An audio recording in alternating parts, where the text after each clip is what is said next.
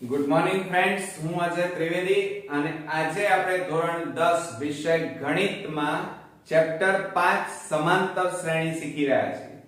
મિત્રો, આ ચેપ્ટરની અંદર આજે આપણે સ્વાધ્યાય 5.3 નો ખૂબ જ અગત્યનો મોસ્ટ ઇમ્પોર્ટન્ટ એક્ઝામ્પલ 4 જોઈશું. બરોબર? હવે એક્ઝામ્પલ નંબર 4 માં જુઓ, સમાંતર શ્રેણી 9 17 25 ડેશ ડેશ ના કેટલા પદોનો સરવાળો 636 થાય. હવે જો આપણને અમુક વસ્તુઓ આપેલી છે, એક તો સમાંતર શ્રેણી આપેલી છે, પણ અહીંયા શોધવાનું શું છે એ ખબર હોવી જોઈએ. તો જો અહીંયા આપણને એમ કીધું છે કેટલા પદો, પદો એટલે n, પદની સંખ્યા આપણે શોધવાની છે અને સરવાળો આપણને આપેલો છે એટલે Sn આપેલા છે. તો જે આપેલું છે પહેલા આપણે અહીંયા લખી કાઢીએ. જુઓ, પહેલી તો એક તો સમાંતર શ્રેણી આપી છે, તો શરૂઆત કરીએ. સમાંતર શ્રેણી જોજો બરોબર. આપણને સમાંતર શ્રેણીમાં શું આપ્યું છે? 9 17 25 અને ડેશ ડેશ ડેશ આપેલા છે. હવે આપણે સૌપ્રથમ જુઓ, આ પહેલું પદ કહેવાય, a1 a2 a3 આપેલા છે. તો અહીંયા આપણે પહેલા લખી કાઢીએ. a બરાબર પ્રથમ પદ આપણું છે 9. ક્લિયર? હવે આપણે સામાન્ય તફાવત શોધી શકીએ. d બરાબર સૂત્ર શું થાય? a2 a1 બરાબર a2 એટલે 17 9 અને 17 માંથી 9 જાય તો તફાવત આવ્યો, કેટલો આવ્યો? 8. ઓકે, એટલે d પણ આપણી પાસે છે. બીજું અંતિમ પદ નથી. જુઓ, અંતિમ પદ નથી આપણી પાસે, પણ પદોનો સરવાળો એટલે Sn આપણને આપેલા છે. એટલે અહીંયા લખી કાઢીએ Sn બરાબર 636. હવે એક વસ્તુ ધ્યાન રાખો, જ્યારે અંતિમ પદ ન હોય, Sn આપેલા હોય, તો Sn ના મોટા સૂત્રનો આપણે ઉપયોગ કરવાનો. અહીંયા આપણે શોધવાનું શું છે? કેટલા પદ. પદ એટલે n, n આપણે શોધવાના છે. તો આપણે અહીંયા સૂત્ર વાપરીએ, મોટું સૂત્ર Sn બરાબર n/2 કૌંસમાં શું થાય? 2a plus n minus 1 into d. આ સરવાળા માટેનું મોટું સૂત્ર થયું. હવે ધ્યાન રાખજો, થોડુંક આગળ જતા કોમ્પ્લિકેટેડ બનશે. હવે આમાં કિંમતો મૂકીએ. ચાલો,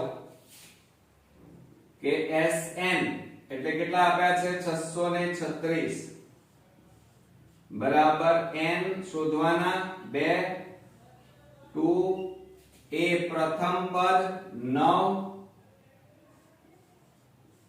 પ્લસ n શોધવાના અને તફાવત d, d એટલે એ પણ શોધી કાઢ્યા આપણે 8.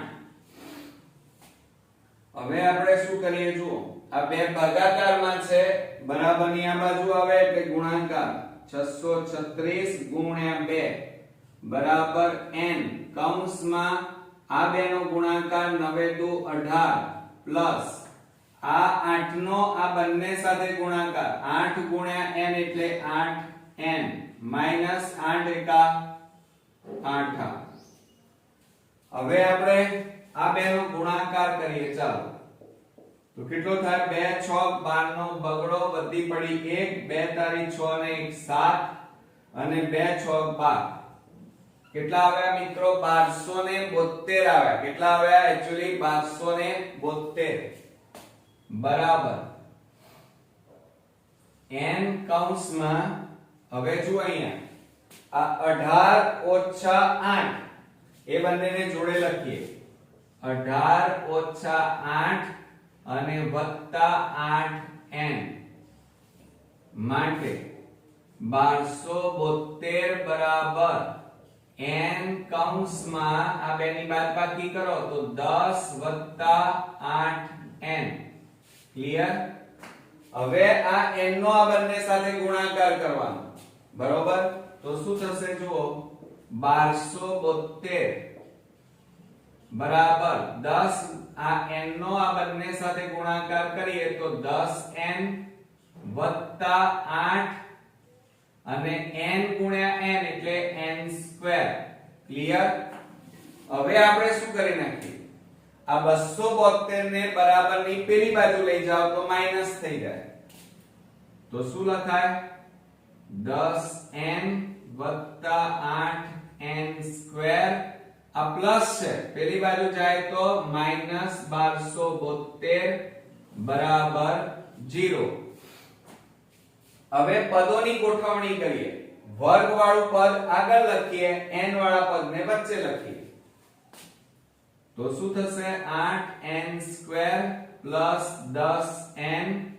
માઈનસ 1272 અને બરાબર 0 હવે આ ત્રણ માંથી કઈ સામાન્ય નીકળે છે ચેક કરવાનું પહેલા પછી આગળ વધવાનું નહીતર આગળ જતા પાછા આપણે ભરાયું ના પડીએ જો બે સામાન્ય નીકળે 2 4 8 2 5 10 અને આને પણ 2 વડે ભાગી શકાય એટલે આપણે બે સામાન્ય કાઢીએ તો કૌંસમાં 2 4 8 2 5 10 અને આને 2 વડે ભાગો 2 6 12 2 3 6 અને 2 6 12 ક્લિયર બરાબર 0 હવે આ બે ગુણાકારમાં છે બરાબરની પેલી બાજુ લઈ જાઓ તો ભાગાકારમાં જતા રહે તો 4n² પ્લસ 5n માઈનસ 636 બરાબર 0 ભાગ્યા 2 માટે 4n² પ્લસ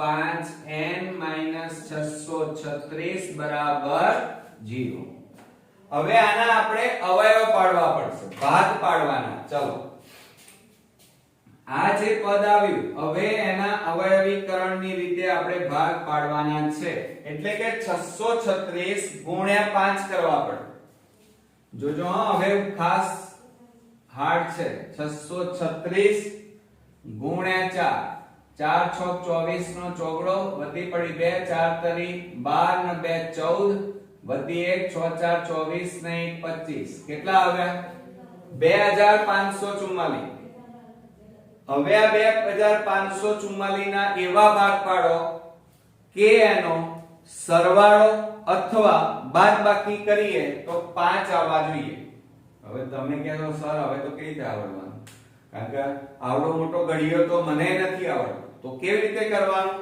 જો અહીંયા 2544 ના આ રીતે ભાગ પાડી દેવાના 2 એકા 2 બબે દુ 4 2 7 14 બબે દુ 4 2 6 12 2 3 6 2 6 12 2 3 6 2 એકા 2 અને 2 3 6 2 એકા 2 2 8 16 2 એકા 2 2 5 10 2 9 18 જો ભાગાકાર બરોબર ચાલે છે કે નહીં એ પણ પાછું ખાસ જોવાનું 2 એકા 2 બબે દુ 4 2 7 14 બબે દુ 4 2 6 12 2 3 6 2 6 12 2 3 6 2 એકા 2 2 8 16 2 એકા 2 2 5 10 2 9 18 હવે કેટલાય ભાગ ચાલશે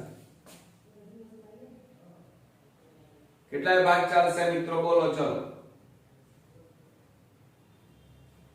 ત્રણેય ભાગ ચલાવી જોઈએ ત્રણેય ચાલશે 3 5 15 અને 3 તારી 9 હવે 53 ને કોઈ સંખ્યા વડે ભાગી શકાય નહીં તો 53 એકા 53 તો હવે જો આ બધાનો ગુણાકાર કરો ઉપરના આટલાનો બબે દુ 4 4 દુ 8 8 દુ 16 16 તારી 48 અને નીચે કેટલા છે 53 53 માંથી 48 બાદ કરો 5 આવી ગયા હવે ને તો આ રીતે આપણે ભાગ પાડવાના તો આપણે અહીંયા લખીએ 4n² વત્તા આની જગ્યાએ હવે કેટલા લખવાના 53n plus minus minus 48n minus 636 બરાબર 0 થઈ ગયા બે બે ના જોડકા હવે આ બે માંથી સામાન્ય કાઢો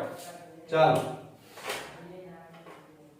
હવે આ બે માંથી કઈ સામાન્ય ન નીકળે ફક્ત n નીકળશે તો સામાન્ય કાઢીએ તો શું લખાય n સામાન્ય કાઢો તો n² માંથી એક n જાય તો 4n વત્તા 53 m ના m n તો નીકળી ગયા ઓછા ચાલો હવે અહીંયા જુઓ અહીંયા કેટલા આવ્યા 4 તો આને 4 વડે ભાગો એટલા સામાન્ય નીકળે તો 48 ને 4 વડે ભાગીએ તો કેટલા આવે 12 એટલે એનો મતલબ એ થયો કે આ 48 અને 636 માંથી 12 સામાન્ય નીકળે કેટલા નીકળે 12 તો આપણે અહીંયા લખી કાઢીએ હવે આની જરૂર નથી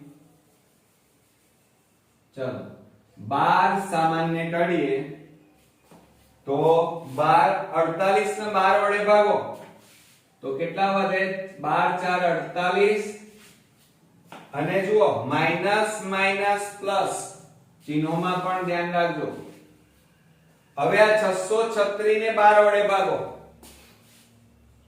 636 ભાગ્યા 12 12 5 60 12 દુ 24 12 તારી 36 કેટલા વધે 53 અને બરાબર 0 ખ્યાલ આવ્યો તમે કહેશો સર ખાઈ ખબર કઈ રીતે પડી કે 12 આવા સામાન્ય નીકળે કારણ કે મોટી સંખ્યા છે એટલે તો તમારે ચેક કરવાનું અહીંયા કેટલા આવ્યા 4 અહીંયા કેટલા છે 48 તો આ 48 ને 4 વડે ભાગી નાખો કેટલા આવે 12 તો 12 વડે ભાગો એટલે શું આ 4n 4n પ્લસ પ્લસ 53 53 બંને કૌંસ સરખા આવ્યા જુઓ આ બંને કૌંસ કેવા આવ્યા સરખા તો એને સામાન્ય કાઢો 4n 53 અને બીજા કૌંસમાં વધ્યા કેટલા n અને આ -12 બરાબર 0 તો માટે શું થાય for n + 53 બરાબર 0 કે n - 12 બરાબર 0 આ રીતે લખાય ક્લિયર હવે આપણે જો અહીંયા શું કરીશું તો 4n બરાબર આ પ્લસ છે બરાબરની પેલી બાજુ લઈ જાઓ -53 માટે આ 4 ગુણાકારમાં છે હવે આને પેલી બાજુ લઈ જાઓ તો n બરાબર -53/4 આવી ગયા એટલે n ની કિંમત કેટલી આવી -53/4 હજી બાકી છે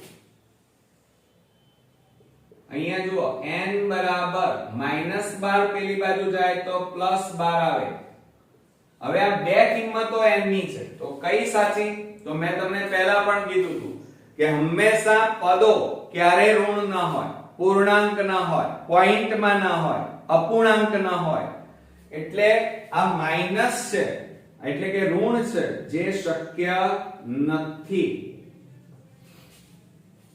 બરોબર પદોની સંખ્યા ક્યારે પણ ઋણ અપૂર્ણાંક અથવા પોઈન્ટમાં ન હોય તો કેટલી શક્ય છે n બરાબર 12 શક્ય છે તો અહીંયા આન્સર કરીને આપણે જવાબ લખવો પડશે શું શોધવાનું કીધું હતું રકમમાં બરોબર ધ્યાનથી જુઓ અહીંયા કેટલા પદોનો સરવાળો 636 થાય તો આપણી પાસે કેટલા n બરાબર કેટલા આવ્યા 12 આવ્યા એટલે પદો કેટલા છે 12 તો અહીંયા લખવાનું કે 12 પદોનો સરવાળો 636 થાય આવડશે મિત્રો આમ થોડોક હાર્ડ હતો વિચારવા માટેનો પણ એક્ઝામ્પલ છે અને પ્રેક્ટિસ પણ માંગી લે એવો દાખલો છે અને આ ખૂબ જ અગત્યનો બોર્ડની એક્ઝામ માટે કારણ કે ઘણીવાર આ એક્ઝામ્પલ બોર્ડમાં પૂછાઈ ચૂકેલો છે તો મિત્રો આ એક્ઝામ્પલનો વિડિયો બરોબર છેલ્લે સુધી બે વાર જોઈ લો નોંધ કરો અને પછી આ દાખલાની જાતે પ્રેક્ટિસ કરશો તો એકદમ સરળ બની જશે અને તમને લોંગ ટાઈમ યાદ રહેશે અને બોર્ડની એક્ઝામમાં તમે સરળતાથી લખી શકશો. તો નેક્સ્ટ એક્ઝામ્પલ માટે નેક્સ્ટ વિડિયોમાં ફરી મળીએ. ત્યાં સુધી ગુડ નાઇટ મિત્રો.